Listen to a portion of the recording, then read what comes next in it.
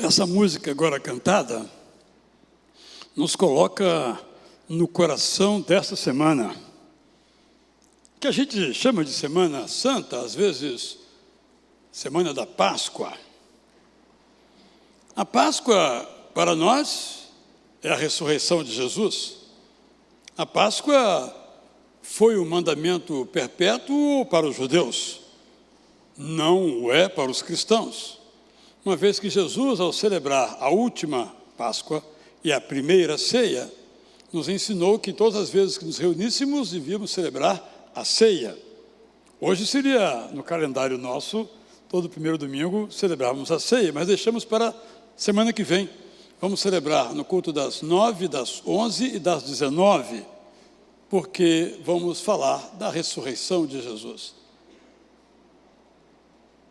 A maior semana da história foi a da criação. Mas a semana da criação está associada à semana da recriação.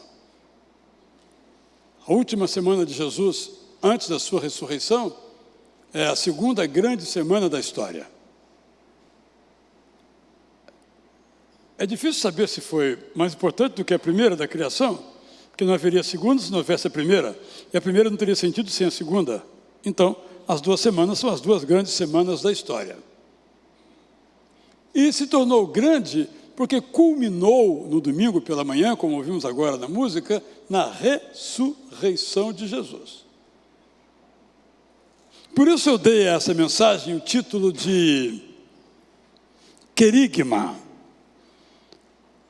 O querigma sobre Jesus.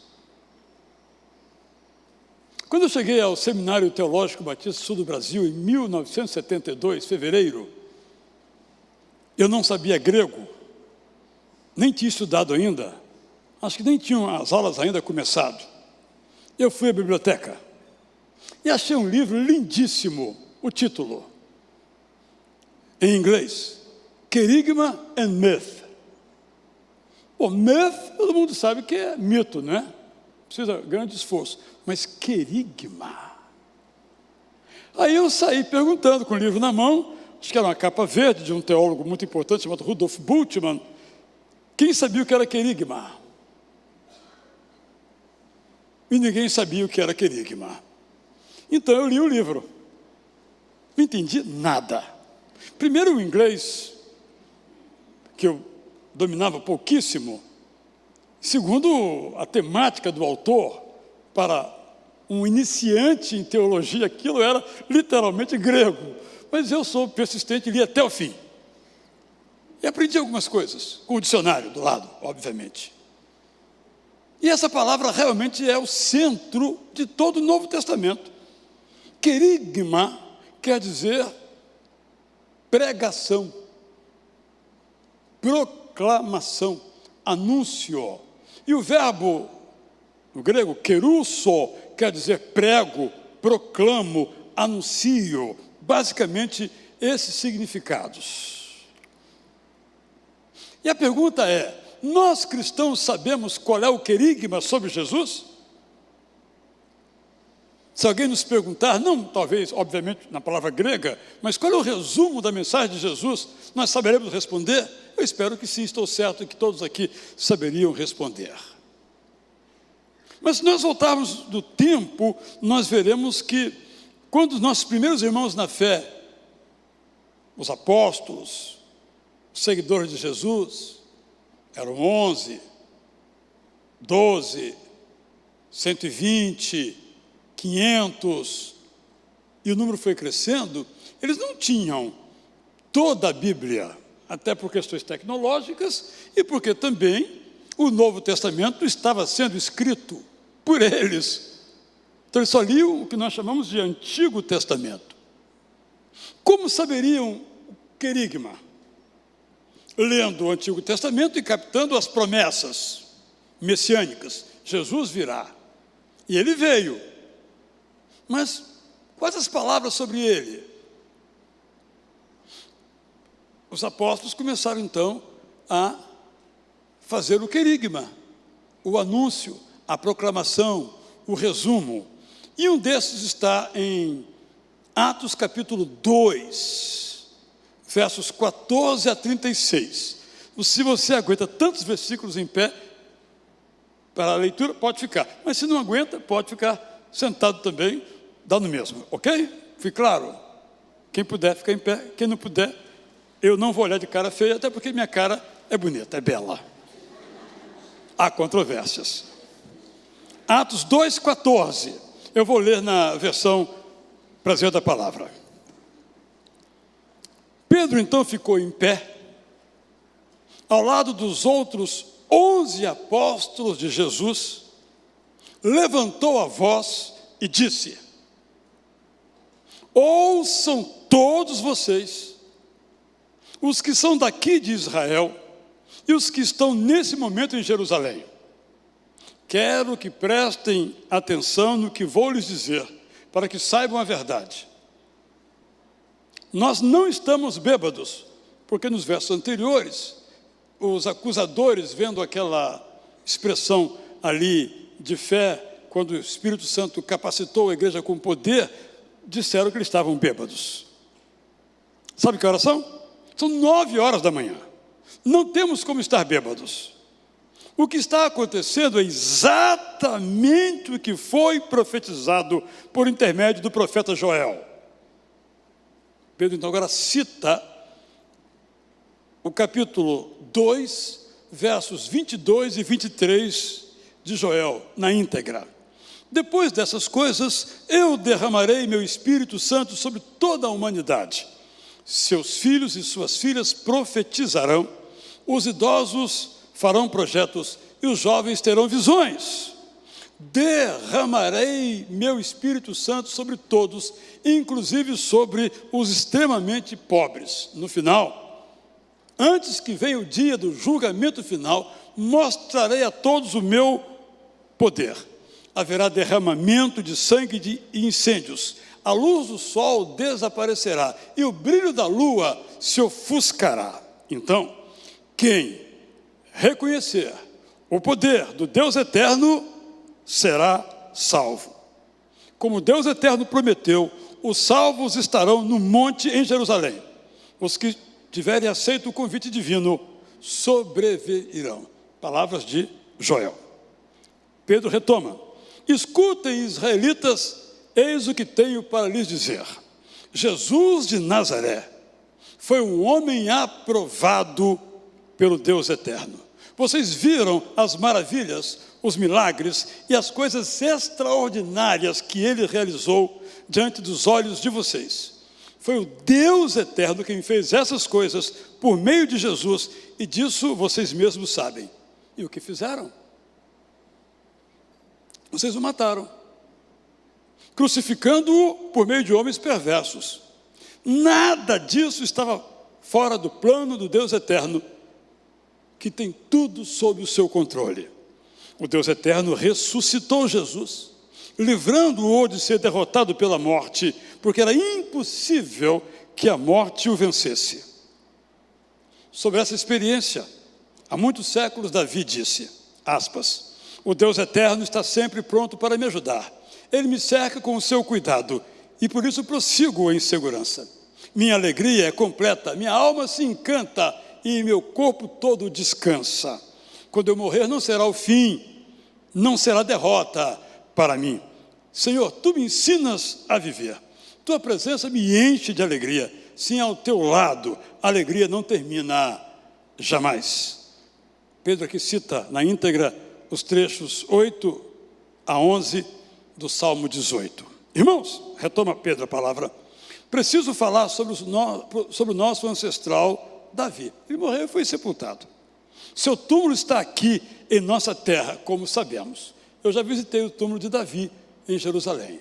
Está sempre cheio de gente, sobretudo dos judeus, também os turistas. E para eles é uma experiência marcante.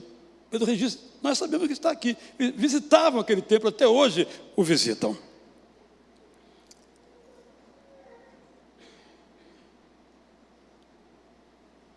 Como era também profeta, isso é Davi, E tendo recebido do Deus eterno a promessa que um dos seus descendentes, isto é, de Davi, seria o Messias esperado, ele mesmo falou sobre a ressurreição de Cristo.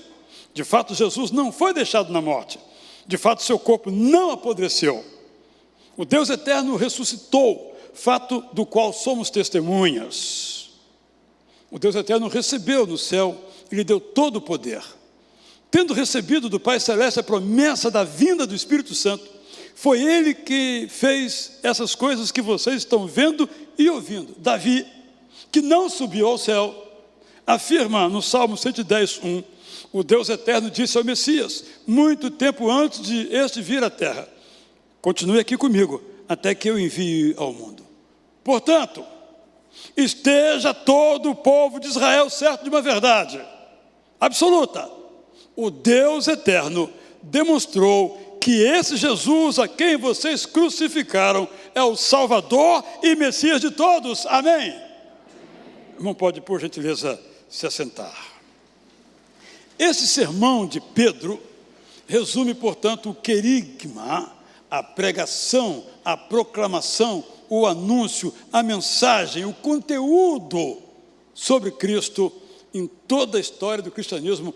Esse sermão inaugura, podemos dizer assim, a cristologia, a doutrina sobre a pessoa de Jesus. E, ao mesmo tempo, define quem é Jesus, a missão de Jesus, em quem nós cremos, por quem nós vivemos.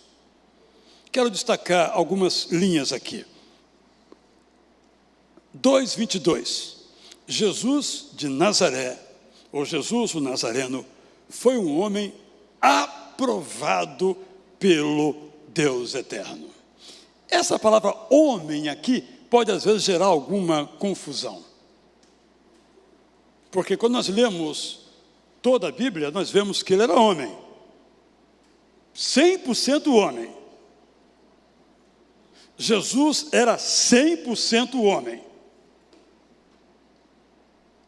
Hoje pela manhã, cedinho, eu estava relendo as tentações de Jesus. Ou a Jesus, né? Ele venceu as tentações não porque fosse Deus.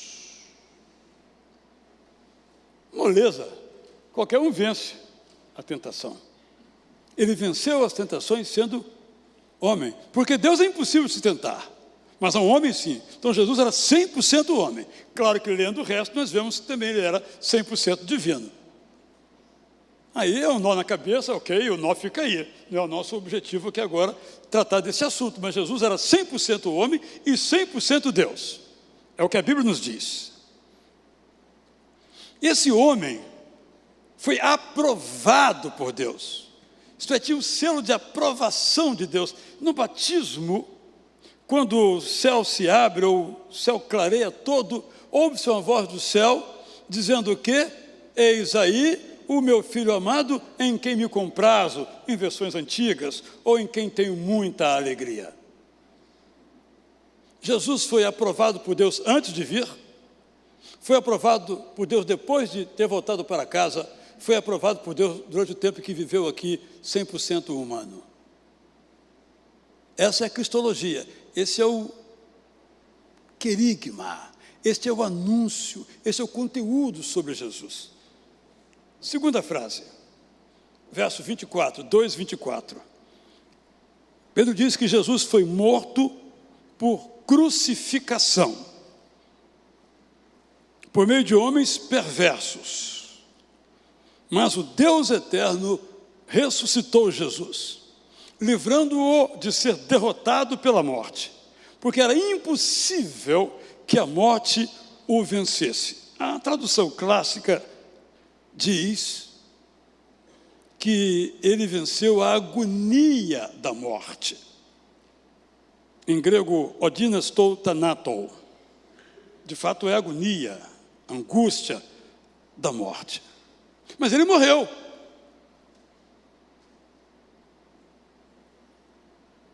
Mas essa morte foi temporária.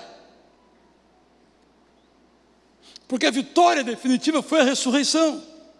Por isso eu acho que a melhor tradução é que Deus o livrou de ser derrotado pela morte, embora tivesse morrido.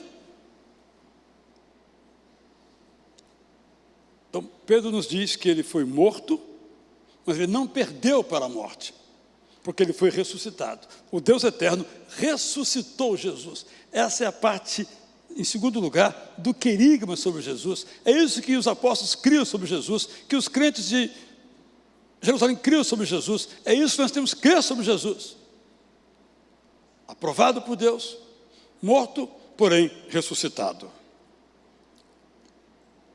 Alguns versos aqui detalham um pouco esse querigma, essa cristologia, essa palavra, essa teologia sobre a pessoa de Jesus. Verso 2, 29 diz, Pedro, Jesus morreu e foi sepultado. Verso 31 diz, Jesus não foi deixado na morte, de fato, seu corpo não apodreceu, ou não encontrou corrupção, em outras versões. O Deus eterno ressuscitou, fato do qual somos testemunhas. Pedro aqui não só repete a ideia da ressurreição, mas coloca a ideia da testemunha. Nós vimos com os nossos próprios olhos. Na verdade, não viram. Ninguém viu Jesus ressuscitando, só viu Jesus ressuscitado. A nenhum homem foi dado esse privilégio. Mas quando chegaram e viram o túmulo vazio, bom, levaram para algum lugar. Vamos procurar. Não encontraram. E o anjo dá a resposta a Maria Madalena. Por que você procura um vivo no túmulo? Ele ressuscitou. Ah, gente, eu pudesse testemunhar isso, voltar lá, seria uma coisa maravilhosa. E aí ela, naquela experiência, uma das coisas mais lindas da Bíblia, ela olha para Jesus, ele olha para ela e diz, Maria. Aquela voz ela reconheceu. E ela responde, Rabone. Rabone quer dizer, meu mestre preferido, meu tio, meu professor, Rabone. Uma coisa realmente de uma beleza que a gente não consegue alcançar. E no verso 33, o Deus eterno o recebeu no céu e lhe deu todo o poder. Antes de vir, foi aprovado por Deus. Viveu aqui como aprovado por Deus. Anunciou o querigma de Deus, o evangelho de Deus, a graça de Jesus. Morreu. Mas a história não acabou. A morte não o venceu. Ele ressuscitou. Mas a história continua. Ele voltou para o céu, onde tem todo o poder. E a história não terminou. Ele virá nos buscar. Esse é o resumo, esse é o querigma da fé cristã. Deus eterno agora o recebeu no céu. Ele deu todo o poder. Jesus teve poder enquanto esteve na terra? Teve. Ressuscitou, fez milagres incríveis, mas era humano, 100% divino. E os milagres que ele fez, não fez pelo seu próprio poder, disse ele. Ele fez pelo poder de Jesus, pelo poder do Pai Eterno. Os milagres, maravilhas que Jesus Cristo fez, disse ele, não foram feitas pelo poder dele, mas pelo poder do Deus Eterno. E Pedro então diz no verso 36, o Deus Eterno demonstrou, aqui vem o suprassumo do resumo, do resumo, do resumo, que esse Jesus, a quem vocês crucificaram, isto é, mataram na cruz, esse é o Salvador e o Messias, isto é, o enviado de todos os que creem. Desse conjunto de texto e informações, eu tiro algumas lições para mim e para você. Primeira, a nossa cristologia só pode ser a cristologia de Pedro. Em outras palavras, a nossa cristologia só pode ser a cristologia da Bíblia, de toda a Bíblia. O nosso querigma isto é, a nossa proclamação, a nossa pregação, a nossa mensagem, nosso querigma é o mesmo, sempre a partir da Bíblia. Quando nós vimos aqui a pregação de Pedro, o querigma petrino, nós observamos que ele baseou as suas argumentações citando Joel e citando os Salmos. Essas citações do Antigo Testamento, portanto, mostram a unidade das Sagradas Escrituras. Isto é, Jesus já está no Antigo Testamento. Há um diálogo muito interessante que Jesus trava no livro de João com os fariseus, que não aceitavam que ele fosse o Messias, porque o pai deles na fé, Abraão, era ele a quem ele seguia. E Jesus diz uma frase assim: antes de Abraão existir, eu sou. Não há gramática possível aqui. Rompe com a gramática. Por quê? Antes de Abraão existir, eu era. Mas ele diz, antes de Abraão existir, eu sou. Aí a faraizada toda ficou maluca. Quer dizer então que você é mais velho que Abraão? Você tem 50 anos. Nosso pai Abraão tem 2000 anos. Como é que você fala que é mais velho do que? Não entenderam nada. Porque Jesus rompeu a gramática, digamos assim, e rompeu a ideia comum das pessoas para dizer, eu estou no Antigo Testamento. Não só como profetizado, mas vivendo no Antigo Testamento. Estou dizendo isso, meus irmãos, porque muitas pessoas falam, eu gosto do Novo Testamento. Eu também. Outros dizem, eu gosto do Antigo Testamento. Eu também. Dos dois. Um não é melhor do que o outro. Tem havido, desde o passado, muita confusão nesse sentido. Porque um não faz sentido sem o outro. Se você ler só o Novo Testamento, vai ter que se deparar com as citações do Antigo. Vai ter que conferir no Antigo. Já bagunçou a cabeça. Porque o Antigo e o Novo formam uma unidade inseparável. O Pentecoste, narrado no capítulo 2, desde o versículo 1, que foi tema da mensagem do culto das 9, claramente nos mostra que as promessas divinas se cumprem. Com isso estou dizendo o seguinte: se a nossa cristologia for a da Bíblia, Pedro, Antigo, Novo Testamento, nós saberemos que as promessas que esse livro nos traz se cumprem. Jesus foi anunciado desde o Éden e milhares de anos depois essa promessa se realizou. A Bíblia é a história da promessa que se realiza. O Messias veio, por isso Pedro termina, esse é o Messias esperado. Durante tanto tempo chegou, ele é o nosso Messias, ele é o nosso Salvador. Quando nós lemos a Bíblia, por isso nós somos tão insistentes, é pelo benefício que traz. Nós não lemos a Bíblia apenas para conhecer e saber, sei tudo, Deuteronômio, está aqui na minha cabeça. Eu sei qual é o mês da Páscoa, que é a pergunta do Momentos com Cristo essa semana, eu sei tudo isso. Isso é importante saber, mas não é para isso que a gente lê a Bíblia.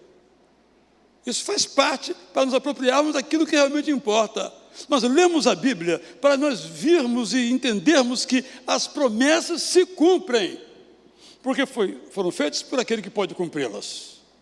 Isso se aplica à minha vida. Se Deus me fez uma promessa, eu sei que Ele vai cumprir. Talvez eu nem veja, mas isso não tem a menor importância. A história é a história. Se Deus lhe fez uma promessa, Ele vai cumprir essa promessa. Deus é o Deus das promessas, cantamos inclusive. Isso aprendemos com Pedro, com a sua cristologia, com o seu querigma. Segundo aspecto que eu penso que podemos aprender muito é: Jesus foi aprovado, disse Pedro, pelo Deus eterno. Isso é um desafio para mim e para você, para viver como Jesus viveu e sermos aprovados pelo Deus eterno. Irmãos, sendo muito direto com os irmãos, nós olhamos assim para Jesus retratado nos evangelhos e dizemos: isso aí não é para mim. Ele era Deus, eu sou humano, isso não é para mim. Eu sou manso e humilde de coração, isso aí não é para mim. O temperamento de Jesus não era humano, era divino. Não é verdade. Se você ler os evangelhos, você vê que muitas vezes ele ficou indignado, emocionalmente, mas sem pecar. Ele foi tentado, mas não caiu. E Jesus viveu e nos ensinou a viver como ele viveu. Ele é o nosso modelo, o nosso protótipo, o nosso Rabboni, o nosso mestre. É olhar para ele e viver como ele viveu. É possível, exceto numa questão, não pecar. Nós não conseguimos, mas podemos pecar cada vez menos. Nós podemos viver como Jesus viveu. Nós podemos ser compassivos como Jesus era compassivo. É para ele que eu tenho que olhar.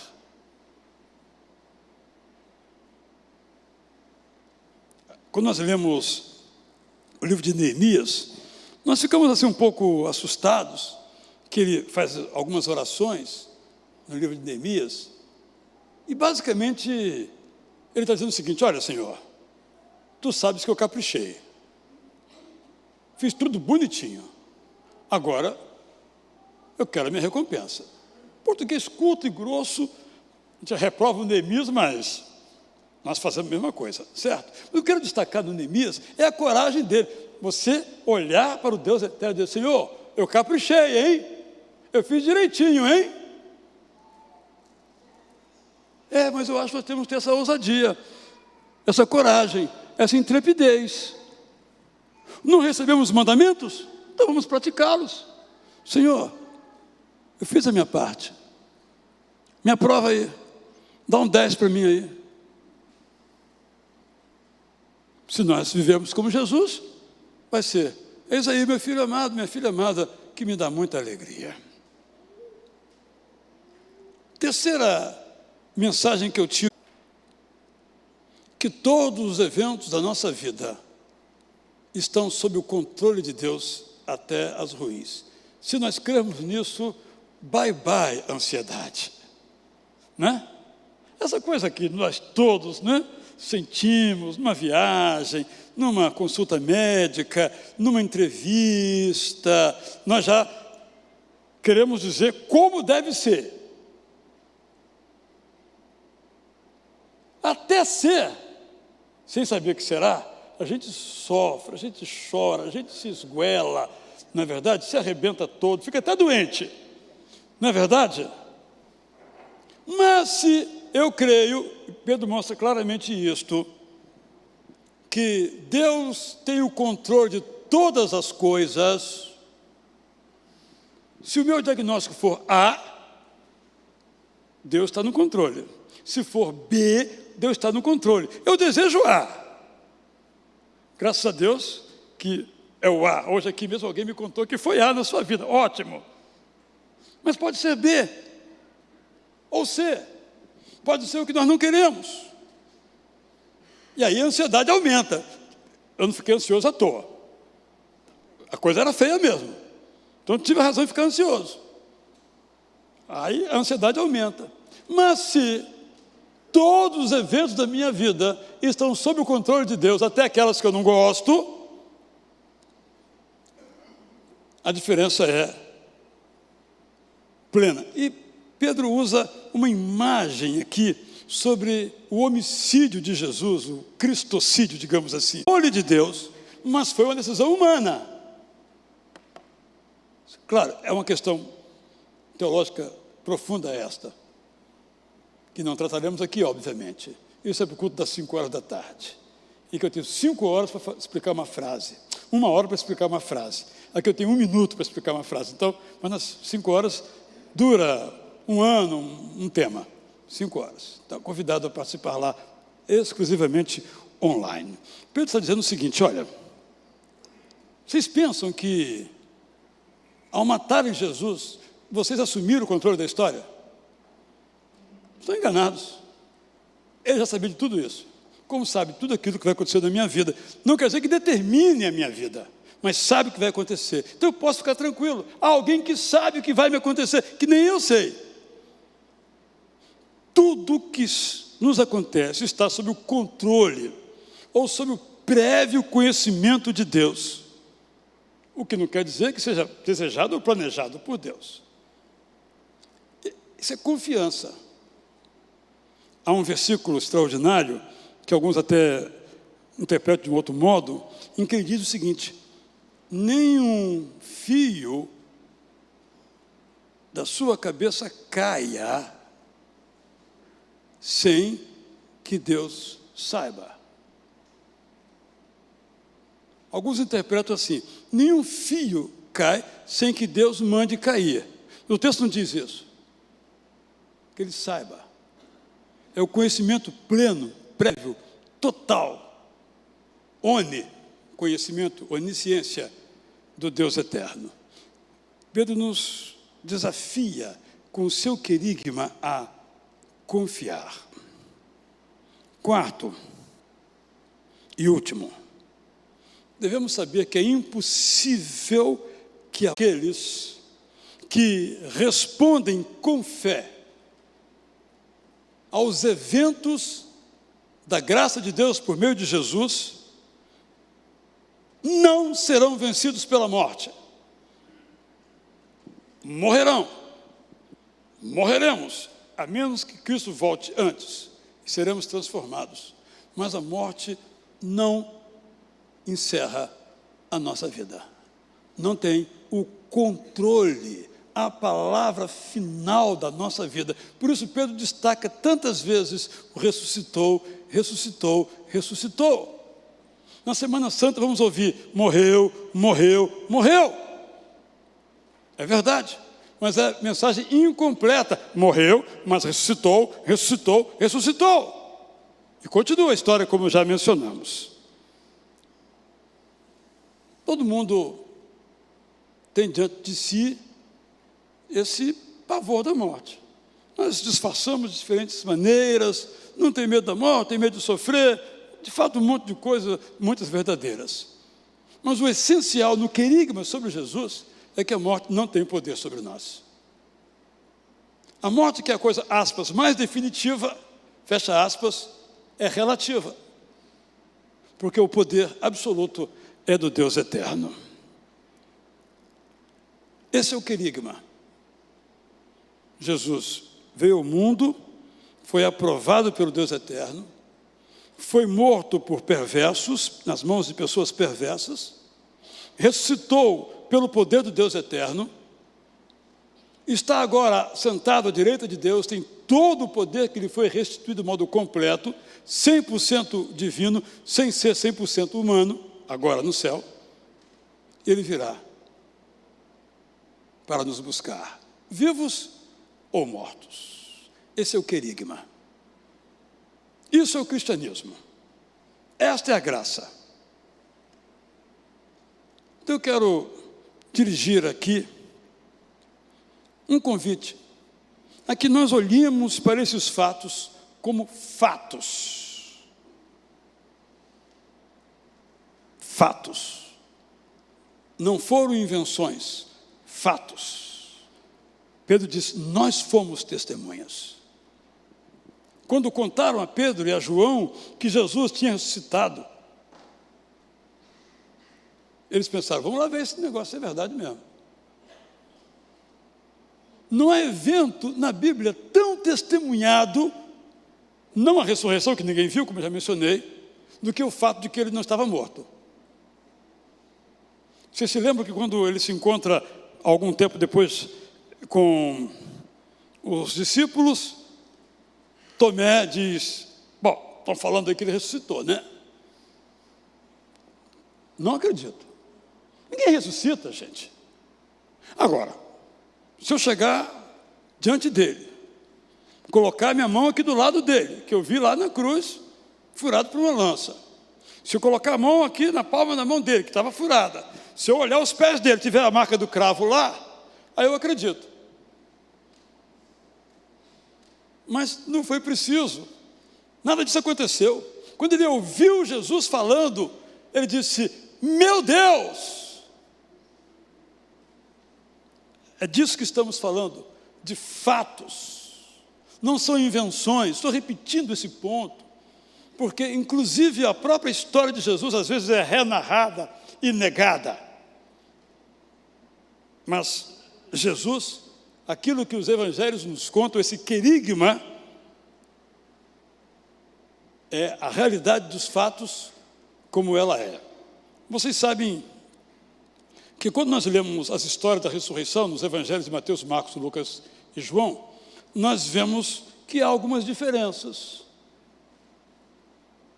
de horário, de número de anjos, de pessoas, há diferenças. E um autor que não era cristão, ele disse, olha, eu achei que demonstrar que esse Jesus é uma invenção era moleza. Mas quando eu cheguei nessas, aspas, contradições, fecha aspas, eu concluí o seguinte, se fosse uma história inventada, eles iam combinar a versão antes.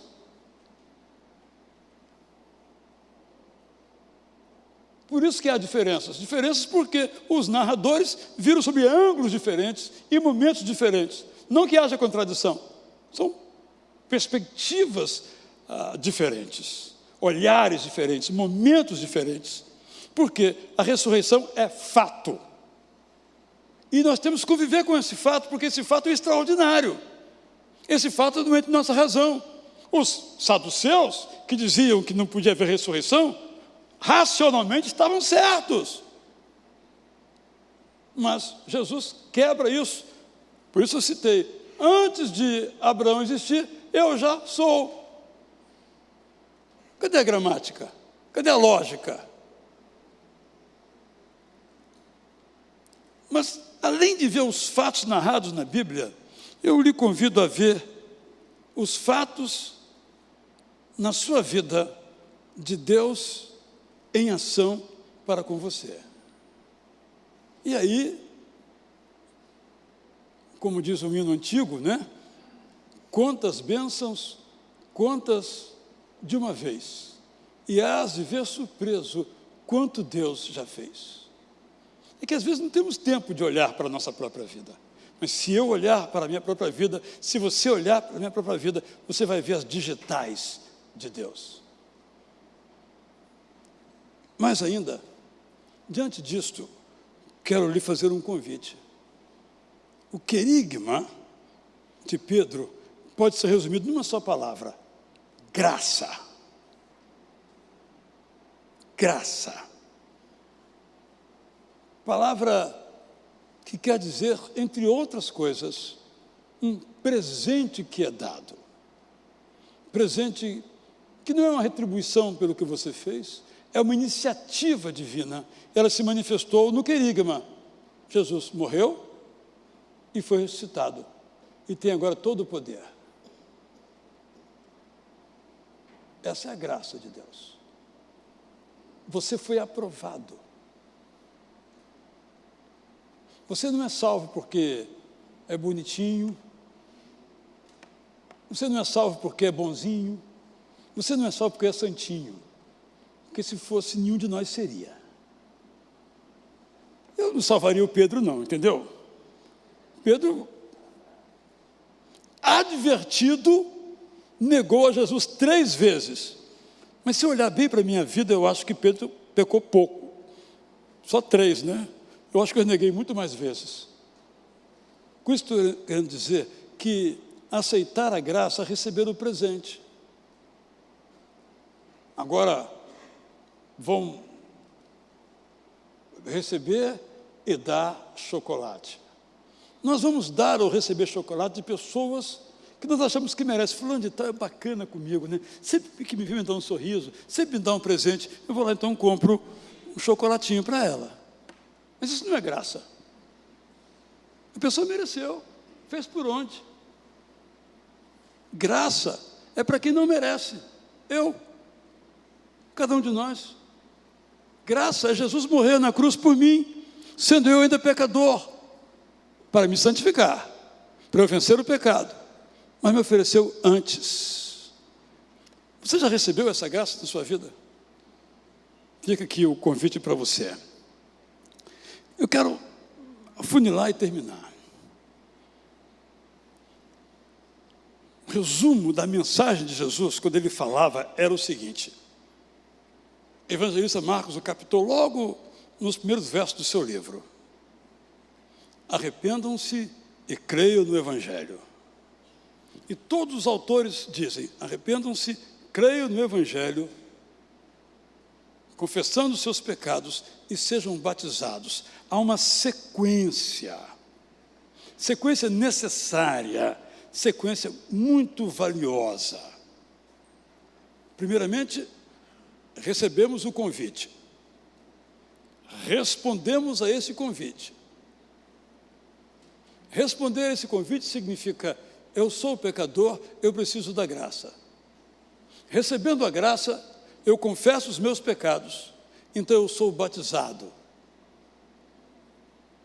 Se não foi batizado, na consciência dos seus pecados, na idade de compreender isso, a sua adesão a Cristo é incompleta.